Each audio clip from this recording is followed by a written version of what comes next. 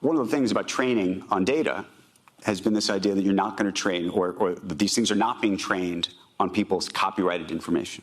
Historically, that's been the concept. Yeah, that's a huge lie. Say that again? Yes, these AIs are all trained on copyrighted data, obviously. So you think it's a lie when OpenAI says that this is not, none of these guys say they're training on copyrighted data? Oh, that's a lie. It's a lie, straight up. It's a straight up lie. Okay. 100%. So obviously it's been trained on copyrighted data.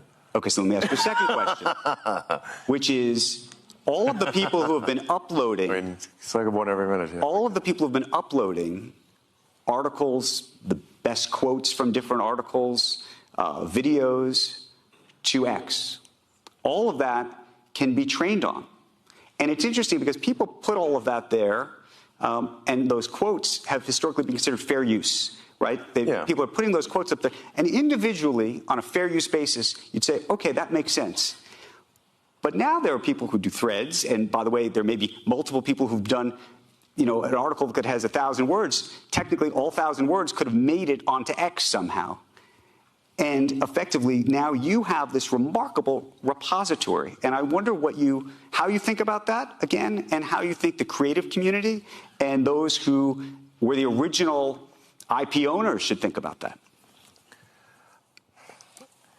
I don't know, except to say that by the time these lawsuits are decided, we'll have digital God. So I have to ask digital God at that point. These lawsuits won't be decided before on a time frame that is relevant. But is that a good thing or a bad thing?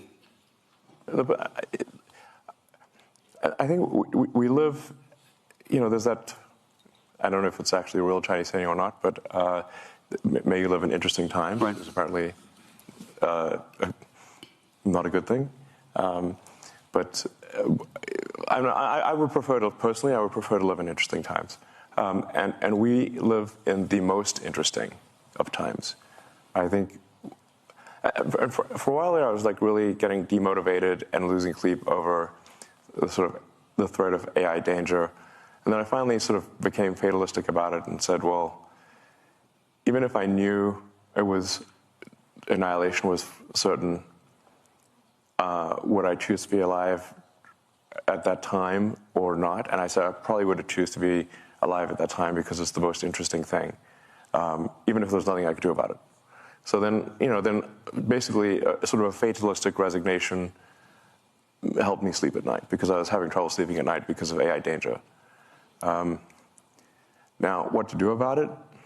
I mean, I've been the biggest, the one banging the drum the hardest, by far the longest, or at least one of the longest for AI danger. And these regulatory things that are happening, the single biggest reason they're happening is because of me.